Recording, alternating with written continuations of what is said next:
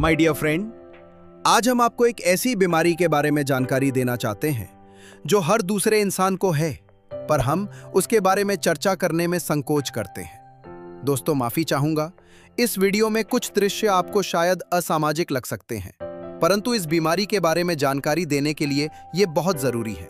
अतः बीमारी की गंभीरता को समझे, किसी भी दृश्य या कंटेंट को अदरवाइज ना ले। जी हाँ, हम बात कर रहे हैं पाइल्स यानी कि बवासीर की। इसे ज्यादातर लोग समय पर पहचान नहीं पाते, इसलिए इसका नुकसान बाद में भुगतते रहते हैं। अगर आप बवासीर को समय पर ध्यान दे दें और इसको पहचान लें, तो कम से कम इसके कॉम्प्लिकेशंस, इसके जो नुकसान होते हैं, बाद में उससे बच सकते हैं। पहले हम बवासीर को समझते हैं कि ये होती कैसे है और कहां पर होती है। इसको समझने के लिए मैं एक छोटा सा डायग्राम आपके सामने दिखा रहा हूं। ये एक लैट्रिन का रास्ता है जिसमें आपको ऊपर एक रेक्टम नाम की चीज दिख रही है और नीचे एनल कैनाल। रेक्टम में बवासीर होता है और नीचे एनल कैनाल में वो बढ़ के आ जाता है। बवासीर क्या है? यह एक खून का गुच्छा है। उस खून के गुच्छे में अगर खून इकट्ठा हो जाएगा तो वह बवासीर बन जाएगा। बवासीर बढ़ती कैसे है, बवासीर बनती कैसे है, ये मैं आपको बताता हूं। एक, ये खून की नसें जो आपको दिख रहे हैं, इनमें खून का दबाव आता है। जब इसमें खून का दबाव ज्यादा आ जाता है, जिसको हम वीनस प्रेशर बोलते हैं, तब ये खून की नसों में खून इकट्ठा होना शुरू हो जाता है।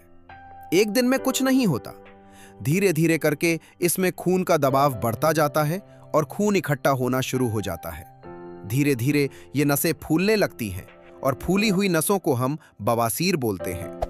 दो, जब मांसपेशियां कमजोर पड़ जाती हैं, ये जो खून की नसें हैं वो एक मांसपेशी के ऊपर टिकी हुई हैं।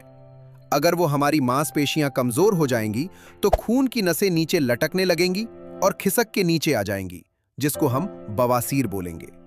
तीन, जब हम जोर लगाते हैं तो नीचे का स्फिंक्टर वो कमजोर पड़ जाता है। अगर स्फिंक्टर कमजोर पड़ जाएगा तो उसमें बवासीर निकल के बाहर आ जाएगी।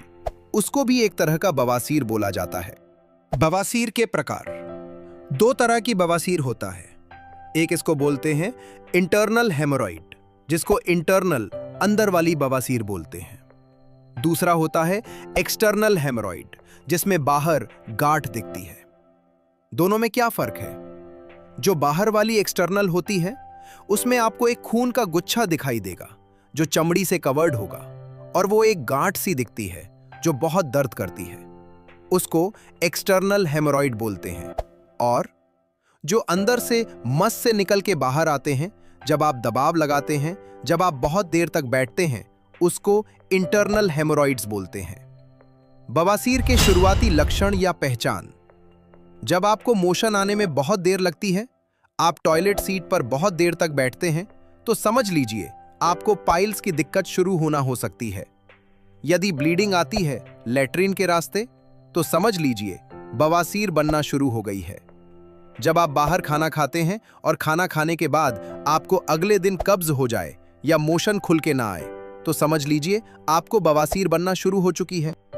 कभी मांस टाइप का बाहर आ गया और खून का लोथरा सा बाहर दिखता है, तो समझिए कुछ ना कुछ गड़बड़ है, बवासीर होने के चांस है। शुरुआती पाइल्स ग्रेड 1 को आप अपने खाने पीने में बदलाव या कुछ परहेज करके ठीक कर सकते हो, जिसको आगे वीडियो में बताया जाएगा।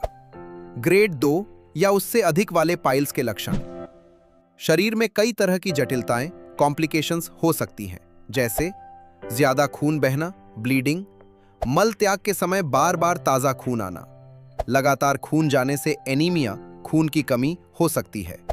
पाइल्स में खून का थक्का जम जाना, बहुत तेज दर्द, सूजन और कठोर गांठ, इन्फेक्शन, घाव बनना, मवाद या बदबूदार डिस्चार्ज, बुखार, चक्कर या बहुत कमजोरी। लेकिन अब चिंता की जरूरत नहीं। नेगोशिया लेकर आया है दुर्लभ जड़ी बूटियों से बना हर्बल एवं Ayurvedic products piles care range, एक संपूर्ण हर्बल एवं आयुर्वेदिक समाधान।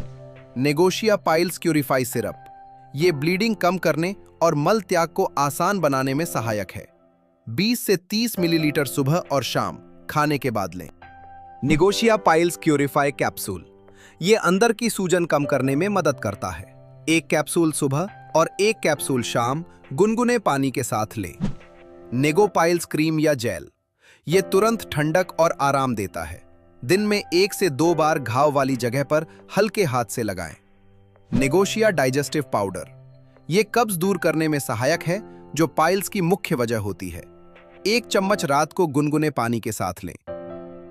नेगोशिया एलोबेरी प्लस जूस, ये देता है कब्ज में राहत, सूजन कम करने में मदद, जलन और दर्द में आराम, पाचन सुधार।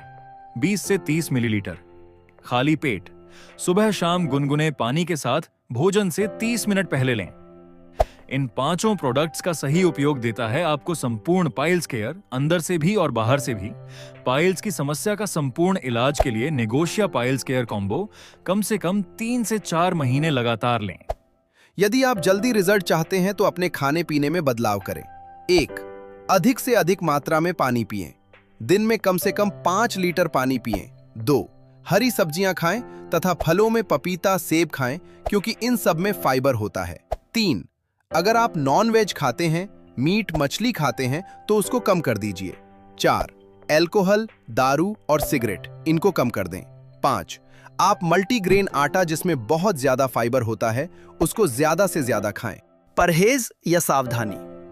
पाइल्स में परहेज: ज्यादा मिर्च मसाले वाला खाना, तला भुना और जंक फूड, शराब और धूम्रपान, मैदा से बनी चीजें, टॉयलेट में ज्यादा देर बैठना।